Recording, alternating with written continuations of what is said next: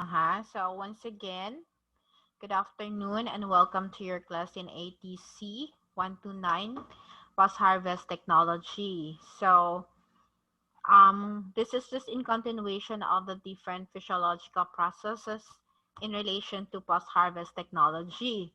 And last time we discussed on this one, stress.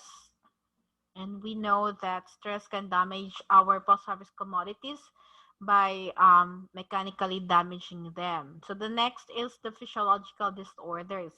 What are these? These are the abnormalities in the internal process of commodity that makes this post-harvest commodities undesirable, or they are not palatable anymore, or they are not pleasing for consumers. So this include temperature-induced disorders. So when we say temperature-induced, these are either heat or hot or freezing or very cold temperatures, no? So we call them chilling injury, no? If it's just the same when chilling when you are frozen or you are in the freezer, no?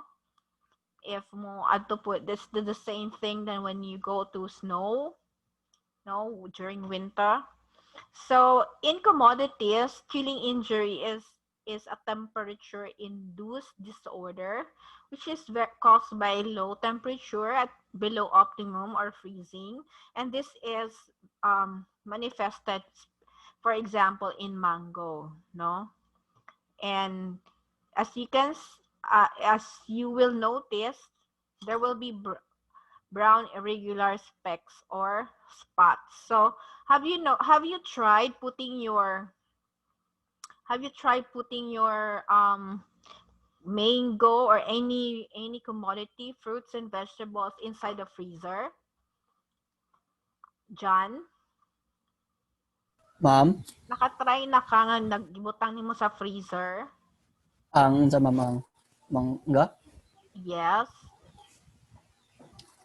Sa kuha wala pa, ma'am. Apple, for lang. example. So what will happen? Apple, ma'am, kay mga one day dito na ko, gina-brown sa. Yeah, so mo na mag-brown irregular speck or spot siya. Then after browning,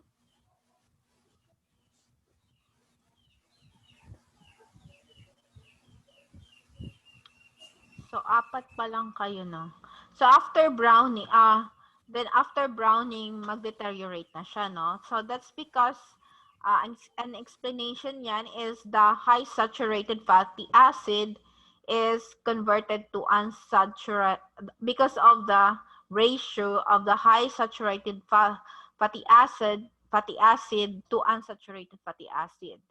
So, and then mag-decrease ang total phospholipid and eventually increase ethylene and phenolic compounds. That's why ang phenolic compounds will be the one which causes browning of these commodities, especially for apple and for mango.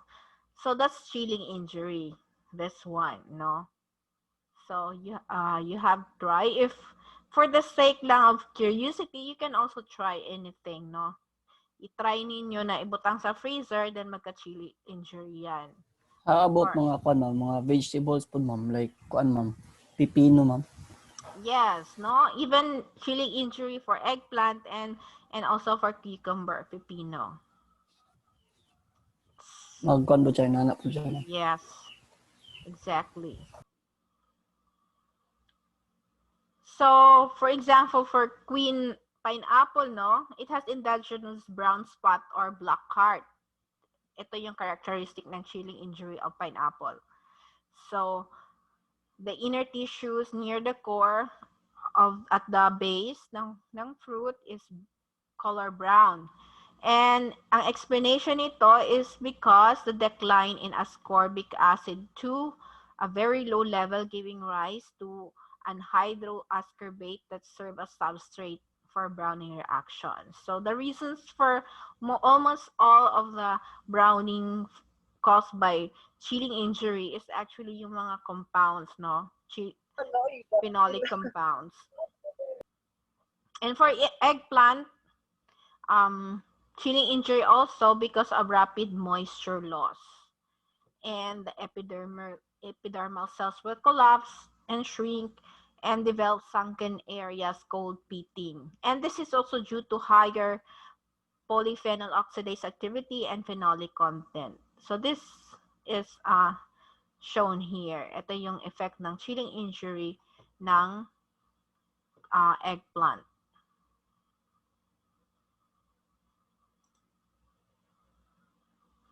Okay, so another term, temperature-induced disorder is yung sobrang mainit naman, hyperthermal injury. Wherein when you expose to prolonged temperature, kasi we usually do hot water treatment. That is 46 degrees Celsius for 120 minutes. For example, in papaya and even in mango, no, we do hot water treatment to prevent anthracnose. For example, alam niyo yung anthracnose? Robert? Do you know what's anthracnose? Wala ba yan, Mom? So anthracnose is actually a fungi that causes yung maitim sa mangga.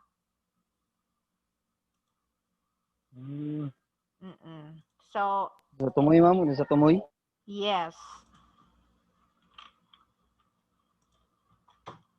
Sa mga leaves, ma'am, no? Yes, Sa baba, sa exactly. mga... That's a fungi. So, That's a fungi. And because of that, and even in papaya, it also happens, no? And because of that, it will develop also at post-harvest, no? So for papaya, for instance, the papaya because of na-prolong kasi for 120 minutes lang ang exposure supposedly, then beyond that or hotter than 46 degrees Celsius will cause them to harden the pulp, no? This is because the enzyme silanase and polygalactorinase, which are the one for softening, is reduced when it is under hot water or too much hot. And the ethylene reduced, so ripening is impaired. So this is the another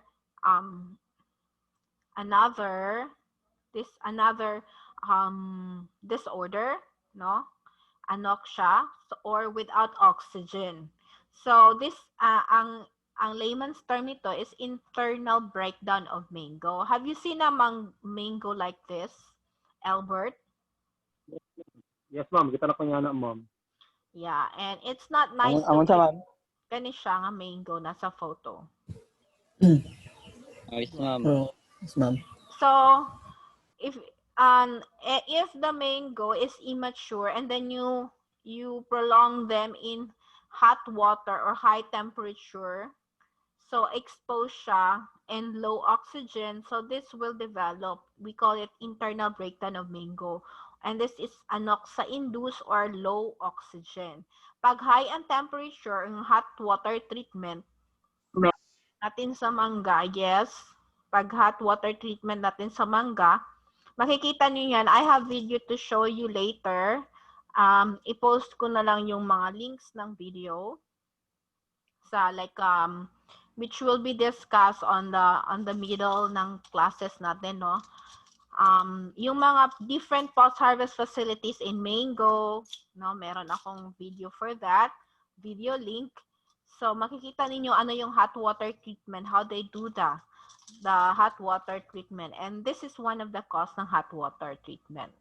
So ang explanation nito is that high respiration rate, low ethylene production, and altered enzyme activity and damage of membranes. So these are the effects ng high temperature. And so softening is abnormal and there is incomplete hydrolysis of starch. This one. So if you have noticed previous quiz ninyo, you have, although open notes, I'm expecting that you can perfect the quiz, no? But then, if you notice, most of you just didn't perfect, no? Ang highest ng binigay ko, I guess, is 90 or 95. Because you were too short. And although I said concise, but then you need to explain further, no? The correct, the correct answer that is being asked in the question. So I hope you can improve your, although matataas na yung mga percentage na yan, 90, 80, but I hope you can still improve or perfect that since this is just an open notes quiz.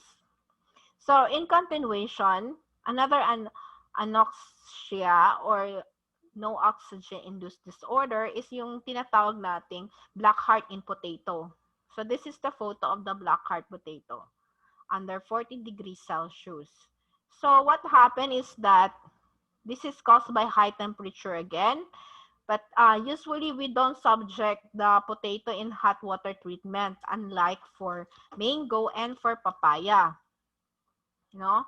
And usually this happens when when we put the potato at 40 degrees Celsius for 1 day, like na prolong and inappropriate modified atmosphere conditions surrounding the commodity will result in anoxia. So high temperature will cause also low oxygen, or sometimes very low oxygen when they are under modified atmosphere conditions.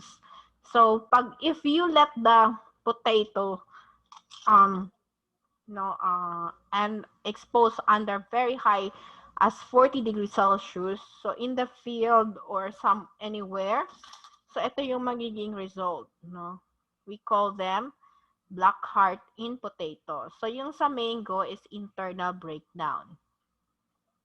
Another anoxia-induced disorder, itong green soft disorder of banana, wherein this is caused by low oxygen and very high ethylene. And this happens in saba banana, wherein the pulp is softened while peel is still green. So have you noticed this one before? Yung parang hinog na siya sa loob, pero pag green pa yung banana.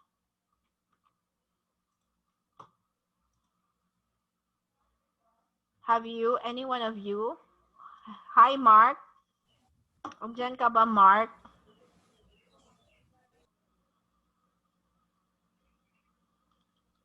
Mark. So, have you noticed this one, this green soft disorder of banana before? Yes, ma'am. Putol-putol lang, ma'am. Hindi kayo, ma'am.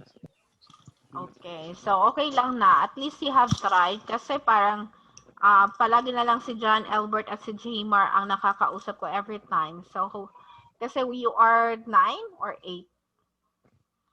So, kayo lang palagi. I don't know what happened to the rest. But hopefully they are, anyway, they are watching the videos, our videos. So, another, that's all for the anoxia-induced disorder. For physical injury-induced disorder naman, we have oleocellulosis, we call them. And as you notice on picture C, nag-discolor yung rind.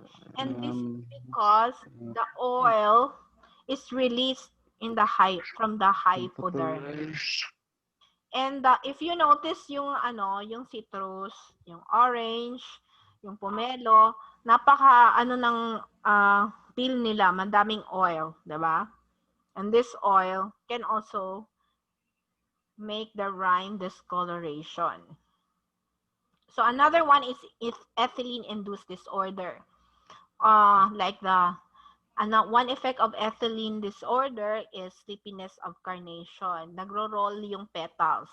Or rosetting ng lettuce, nag-red there is red discoloration sa ribs ng lettuce. Ito, rosetting. Okay, although hindi naman siya, we can still eat this one, no? But if you're very typical consumer na gusto lang talaga puti lahat, no? Because you might be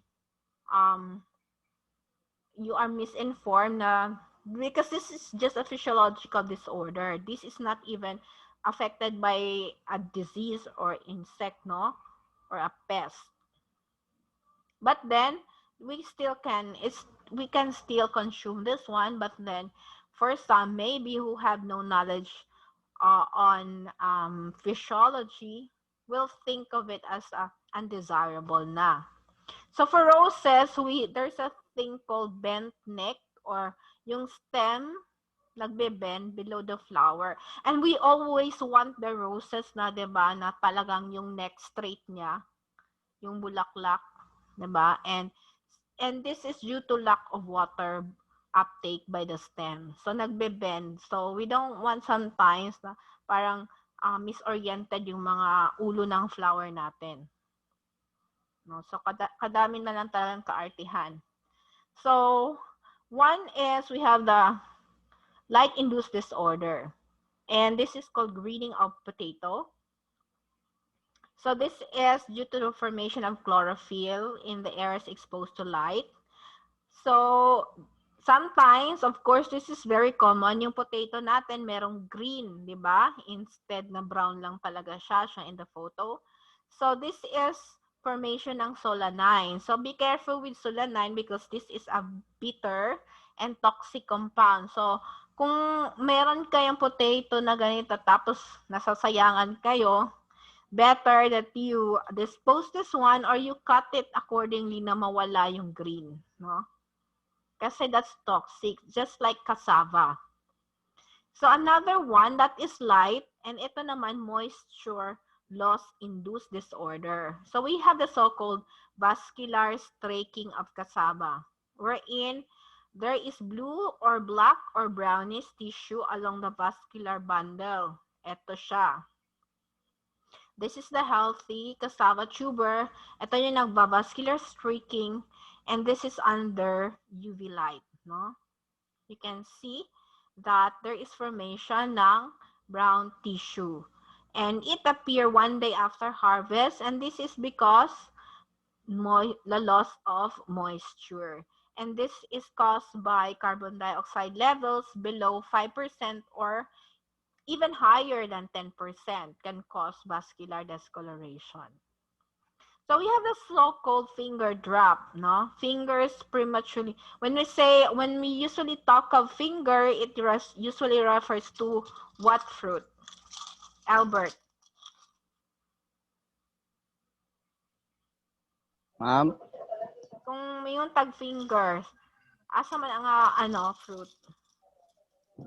ansa ma'am? Ang finger. Naglibog siya. Libog. So ang tawag Saging, ma'am. yes, exactly. Sa saging or sa banana, no? Shame marpade. Okay. So usually minsan madali lang matanggal yung finger, that's finger drop, no? This means fingers prematurely separate from the pedicel because of a physiological change. And this is caused by the enzyme polygalactorinase. So, but then other side effect niyan ay decrease in moisture, starch, and calcium contents in fruit, no? And that is also the cause ng finger drop. So, this is very common in 40 dias na banana at ripening stage. So, peel is more yellow than green, and then nagpa-peel cracking, then peel separates, no?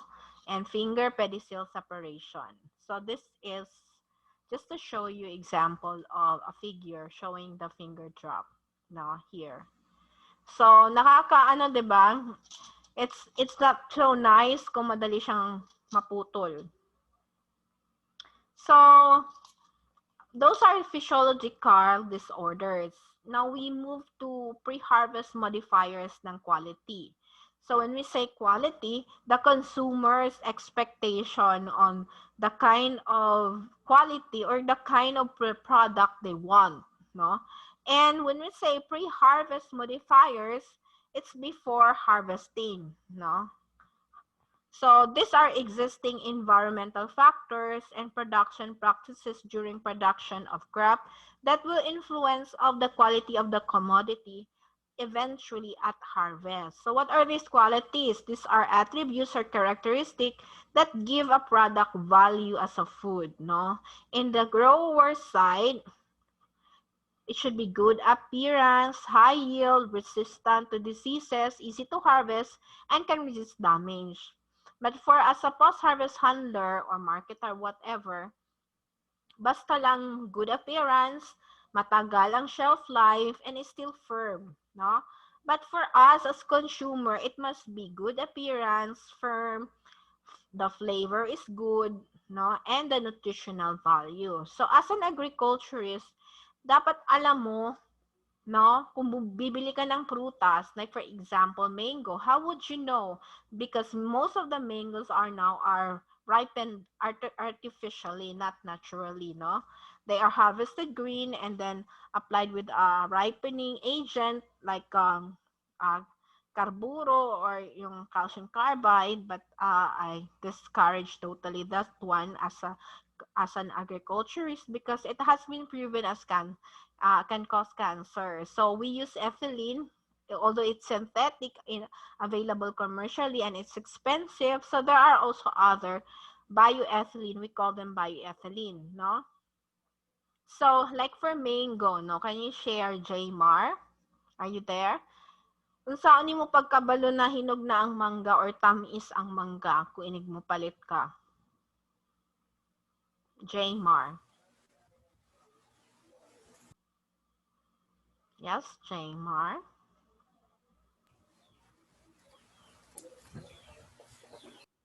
Ma'am. Jmar. Si Jmar. O sige, John. So, unsay mo maki-advise para ma-assure nato na tamis gid ang mangga inig palit? How do you... Kuan ma'am, kanang humok-humok ma'am. Humok ka ang panit? What else? Syempre, yellow siya, no? Yellow po siya ma'am. Ay napo ba ubay ma'am nga green ba nga say unsa ito mangga gani? Green pero hinog ma'am ba sa sulod. Wow. Na humot ma'am, humot. Mara program na. Yes, I totally agree with you, no. So you just need to smell kasi sometimes although yellow na kayo siya, nagsinaw-sinaw pag yun, but then that is Pero aslom Japon. Yeah, aslom, no. So i-smell mo lang siya simhuta kung humot gani siya, tamis na gyud na siya, no. Yung mga kung gilo daw kayo kay Tiski daw na ang taba. Kung Yelo naman dinabangga pero mas yelo kayo ba? mas yellow ka. Matter po na ma'am. Ha? Kung what do you mean? Matter baga. Yes, kung Yelo din mga pero ana mohinog kung mas yelo pa daw kana niya na color, tamis po daw na ana, diba na may light yellow lang well, nito. depende sa... Yelo kayo. Actually, ang color mo sa skin would depend on the variety and the light, no? Yung weather condition. Yes, ma'am. Variety, ma'am. Yes, ma'am. and the weather Dumag, condition. But definitely, what do you notice? Kung mas yellow siya, mas tamis? Ma'am, wag na po yung ana natuan. Yes, na siya additional color or flavor na aroma ang tawag, no, na gina-impart, no, if the yellower or the deeper the color is. Like kung red po siya, it doesn't mean then that when the variety is red, yung yung mango red, 'di ba? Kasi mas tamis ang pula or ang yellow na variety.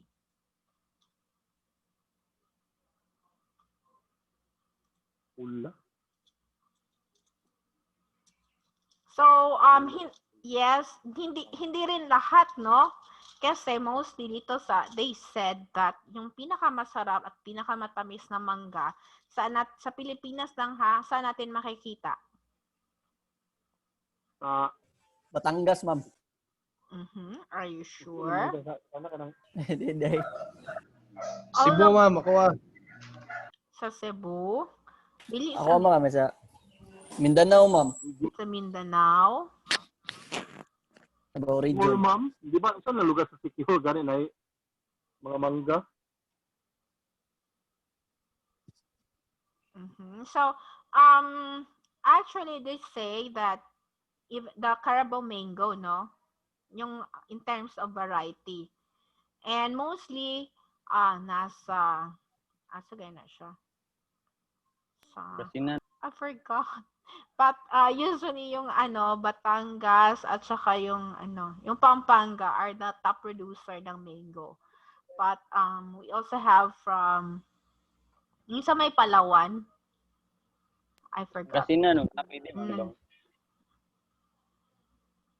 Now, so it actually depends. Pilit-pilit ka, ma'am. It actually depends on the weather condition, no? Yun talaga.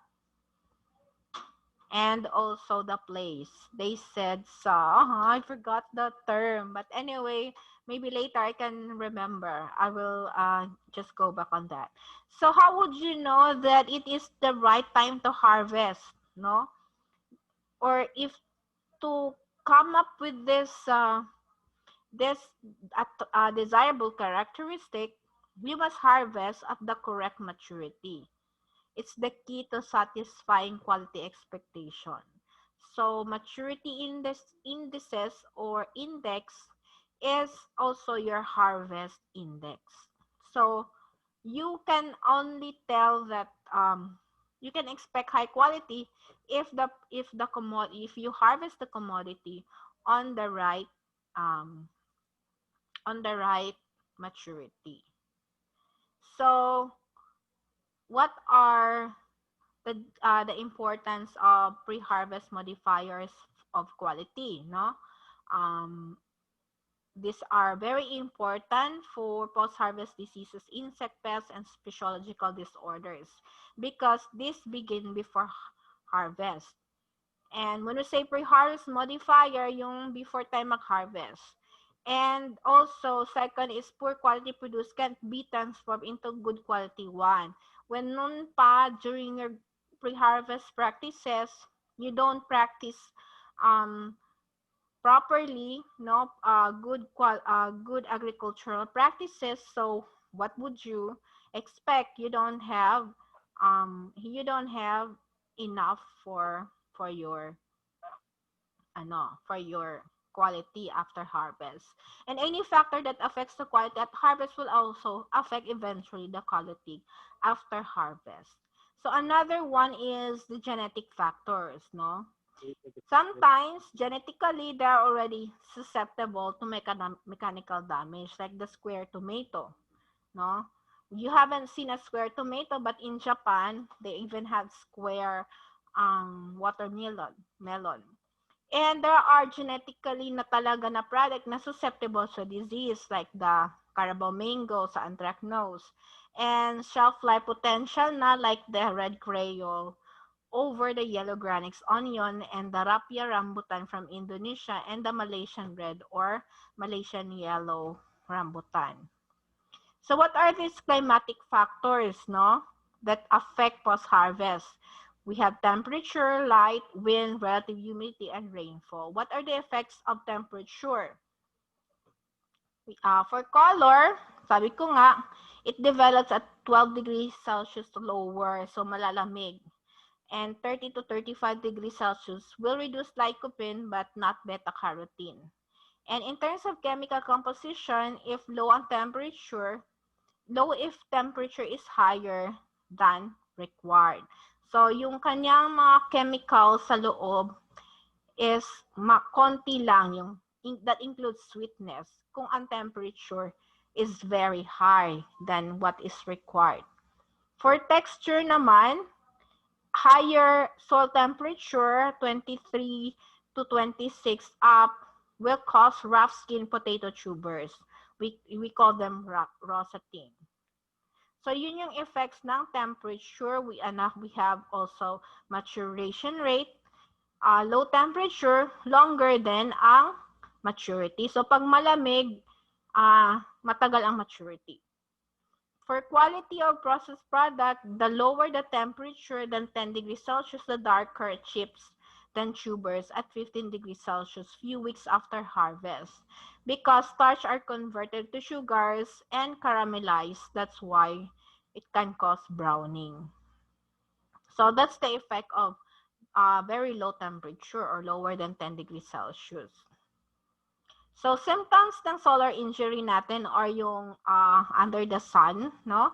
For beans and snap, magkakaroon ng small brown reddish patch, water-soaked, slightly sunken. For cabbage naman, bleachy, papery appearance. For cauliflower, solar browning. And for lettuce, papery areas in the leaves.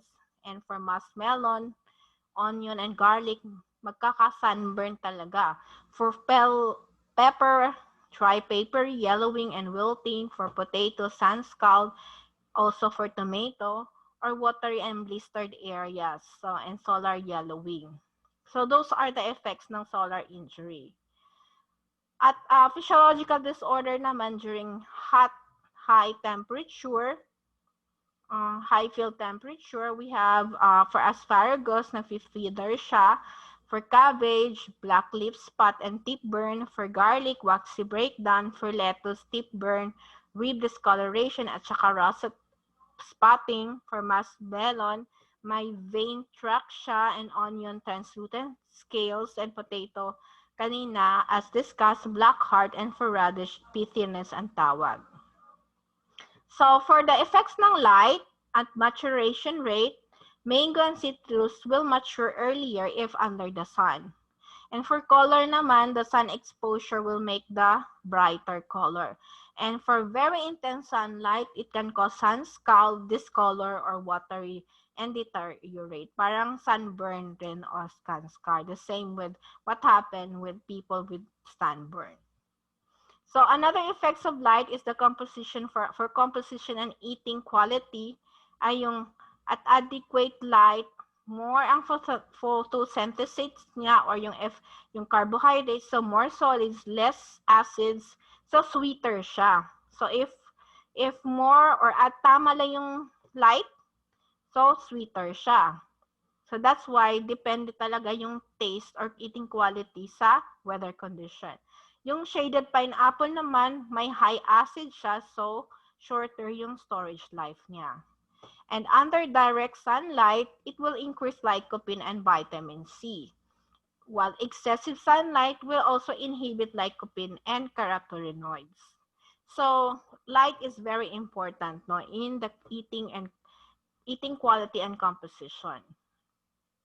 For wind, strong wind will also develop scar in fruits. So wind scar can cause corky surface when two surface are or fruits are rubbed together, or when twig or leaf rubs against a fruit, like for citrus, mango, avocado, and banana.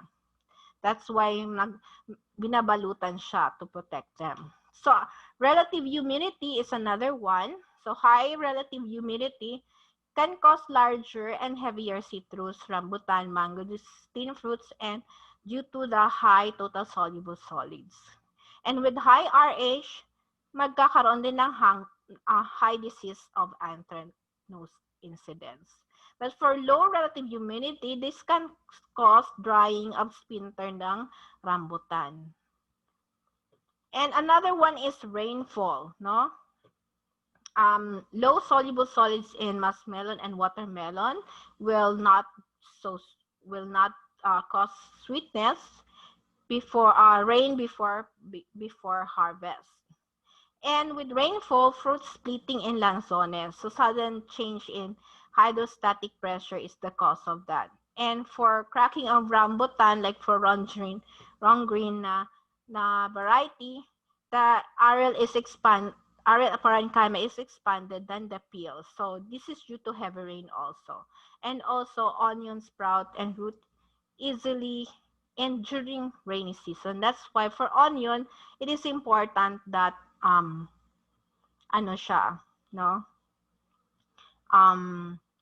dry season talaga siya for long period. So anytime within 1 to 2 minutes, magsa-stop na yung video natin kasi this is just good for 45 minutes. So, we are still on the production practices that affect post-harvest life, no, before harvesting. So, these are just to give you examples or the effect ng different irrigation, for example, no, in post-harvest practice. Like for irrigation, mag-waterlog, very sensitive ang banana niyan, no? And for some vegetables like broccoli, no, very sensitive. And even fertilization, no, if it of course high ang quality niya kapag high quality in nutrient deficient soil, the quality will not improve in nutrient adequate soil. So the decrease in quality in excess nutrients. And even in internal breakdown of mango, it's also caused by high calcium and low potassium and low magnesium and calcium ratio, no? And even high nitrogen will cause a lot, no? For banana, for example, for cabbage, cauliflower, and potato. And nitrogen and magnesium also. And potassium deficiency, no? As you can see, internal black spot of potato. And high potassium will also affect on wilting of cut flowers. So some other production practices like